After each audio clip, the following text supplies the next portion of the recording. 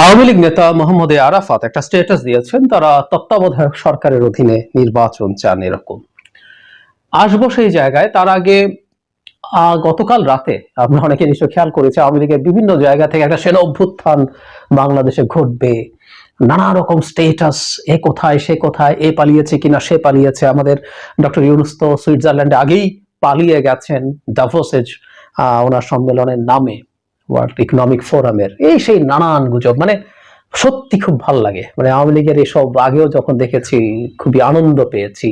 কি প্রবল পরাক্রমশালী একটা দল, যারা সবকিছু ক্যাপচার করে ফেলেছে। তারা 41-এর আগে ক্ষমতা থেকে যত প্রশ্নই আসে না হলে এটা 2071 হবে। সবকিছু ম্যানেজড। ইন্ডিয়া তাদেরকে চিরকাল ক্ষমতায় রাখবে। পুলিশ কিনে ফেলেছে, প্রশাসন কিনে ফেলেছে, সেনাবাহিনী কিনে ফেলেছে, সবকিছু বিরোধী দল কিনে ফেলেছে। তাদের আর ঠেকায় কে? সেই দলটা এখন তৃতীয় শ্রেণীর ফালতু গুজব দিয়ে তাদের দলীয় নেতাকর্মীদের মনোবল চাঙ্গা রাখার চেষ্টা করছে। এই করুণা করতেও দারুণ উপভোগ করছি। যাই হোক, মোহাম্মদ আরাফাতের বক্তব্যটা নিয়ে একটু কথা বলা দরকার, এবং তারা কেন এটা করছেন এটা একটা গুরুত্বপূর্ণ কারণ আছে বলে আমি মনে করি। স্টেটাসটা পড়ি। আগামী নির্বাচন ইউনূসের অবৈধ সরকারের অধীনে হবে না, এই গণশত্রু সরকারকে বিদায় নিতে হবে। গণশত্রু একটি নতুন ব্র্যাকেটে তত্ত্বাবধায়ক সরকারের অধীনে হতে হবে পরবর্তী নির্বাচনে অংশগ্রহণকারী সকল দল এবং ব্যক্তির জন্য যেন সমান সুযোগ থাকে, সেই পরিবেশ তৈরি করতে হবে। আওয়ামী লীগের সকল নেতাকর্মীদের বিরুদ্ধে দেওয়া মিথ্যা মামলা প্রত্যাহার করতে হবে, রাজবন্দীদের মুক্তি দিতে হবে এবং জঙ্গি এবং শীর্ষ সন্ত্রাসীদের গ্রেপ্তার করতে হবে। জনগণের দ্বারা নির্বাচিত সংসদ প্রয়োজনীয় সংস্কার কর্মসূচি বাস্তবায়ন করবে। নির্বাচিত সংসদের সংখ্যাগরিষ্ঠ দল সরকার গঠন করবে এবং দ্বিতীয় বৃহত্তম দল সংসদে বিরোধী দলের আসনে বসবে। সেই সাথে জুলাইয়ের 16 তারিখ থেকে আগস্টের 5 তারিখ পর্যন্ত এবং পরবর্তী সময়ে পুলিশ সহ যত হতাহত হয়েছে সকল ঘটনার সুষ্ঠু তদন্ত সাপেক্ষে বিচার চলমান রাখতে হবে। তদন্ত ও বিচার প্রক্রিয়ার মাধ্যমে যেই দোষী প্রমাণিত হবে তার শাস্তি নিশ্চিত করতে হবে। কি গণতান্ত্রিক, কি মহান গণতান্ত্রিক হয়ে গেছে আরাফাত রহমান, মোহাম্মদ আরাফাত। প্রথম কথা হচ্ছে তত্ত্বাবধায়ক সরকার, এই সরকার অবৈধ।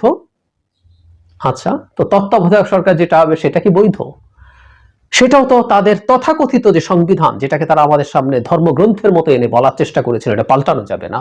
তো সেটার অধীনে কোনো নতুন তত্ত্বাবধায়ক সরকারও কি হতে পারে? ওটাও তো অবৈধ। কিসের ভিত্তিতে উনি তত্ত্বাবধায়ক সরকার চাইছেন? যদি আমি একটা কথা ইদানিং খুবই বলছিলাম, যখন তত্ত্বাবধায়ক সরকারের আলোচনা আসছে, যে এই নির্বাচন তো এই সরকারের অধীনেই হবে নিশ্চয়ই। পরবর্তী সরকার যেটা যারা নির্বাচিত হবেন, আমরা তর্কের খাতিরে ধরে নিলাম এটা বিএনপি হলো, তারপরে ইলেকশনটা বিএনপির অধীনে হবে না তত্ত্বাবধায়ক সরকারের অধীনে হবে? এই প্রশ্ন করলে আওয়ামী লীগ যদি নিষিদ্ধ না হয়, তারাও যে তত্ত্বাবধায়ক সরকার চাইবে এটা তো আমরা নিশ্চিত ছিলাম। অথচ আমাদেরকে কত নসিহত এটা অবৈধ সরকার হবে ইত্যাদি ইত্যাদি।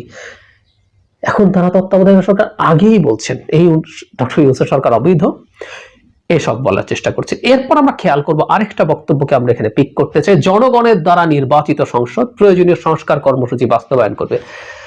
মানে আরাফাতের কাছে প্রশ্ন, সংস্কার কর্মসূচি মানে সংস্কার কি লাগবে? বাংলাদেশের সব কিছু তারা করে গিয়েছিলেন না, কিসের সংস্কার, কেন লাগবে? কিন্তু এগুলোর মধ্যে নোংরা চালাকি আছে, এটা আমাদের ধরতে পারতে হবে। আমি আসবো হতাহতের ক্ষেত্রে পুলিশ সহ যারা, মানে পুলিশ আগে তারপর অন্যরা, এবং পুলিশের সংখ্যা আমাদের যে হিসাব আছে অ্যারাউন্ড 50, সেটা না, এটা 2-3 হাজার, বিভিন্ন সময় বিভিন্ন রকম সংখ্যা তারা বলছেন, এবং এটা একটা ন্যারেটিভ তৈরি তারা চেষ্টা করছেন। এবং নেতাকর্মীদের বিরুদ্ধে মিথ্যা মামলা, রাজবন্দীদের মুক্তি ইত্যাদি ইত্যাদি করতে হবে। আচ্ছা, এখন কেন তারা এটা করছেন? এটার মধ্যে একটা বাজে চালাকি আছে। আমরা আগেও দেখেছি বিএনপির বেশ কিছু বক্তব্যকে তারা কোট করেছেন। তাদের কোনো কোনো পর্যায়ে নেতা অথবা তাদের ফেসবুক পেজে সেই কোট করা কথাগুলো তারা ব্যবহার করেছেন। আমি বিশ্বাস করি একই রকম একটা কাজ এখানে। বিএনপি তত্ত্বাবধায়ক সরকারের কথা বলেনি, বিএনপি এই সরকারের অধীনেই নির্বাচন করতে চেয়েছে। বিএনপির মহাসচিবের সাথে জনাব নাহিদ ইসলামের যে ডিবেট হয়েছে, সেটা হচ্ছে এই সরকারের ছাত্র প্রতিনিধিরা থাকবে কি থাকবে না সেটা নিয়ে। এই সরকার পাল্টে নতুন তত্ত্বাবধায়ক সরকার হতে হবে, এটা বিএনপি বলেনি। কিন্তু এই সুযোগ নিয়ে খুব নিচু স্তরের চালাকি করার চেষ্টা করছেন জনাব আরাফাত। তিনি এই সরকারকে সরে গিয়ে নতুন তত্ত্বাবধায়ক সরকারের আলাপ আনছেন। ব্যাপারটা এরকম যে আওয়ামী লীগ বিএনপির সাথে অ্যালাইন্ড, একই সাথে সংস্কার প্রশ্নে বিএনপি যে আলাপ তুলছে সেই আলাপ তারা সমর্থন করছেন অ্যাপারেন্টলি, যে নির্বাচন মানে সংস্কার নির্বাচিত সরকারের অধীনে হবে, এটাও বাজে কথা। বিএনপি আসলে এটা বলে নাই।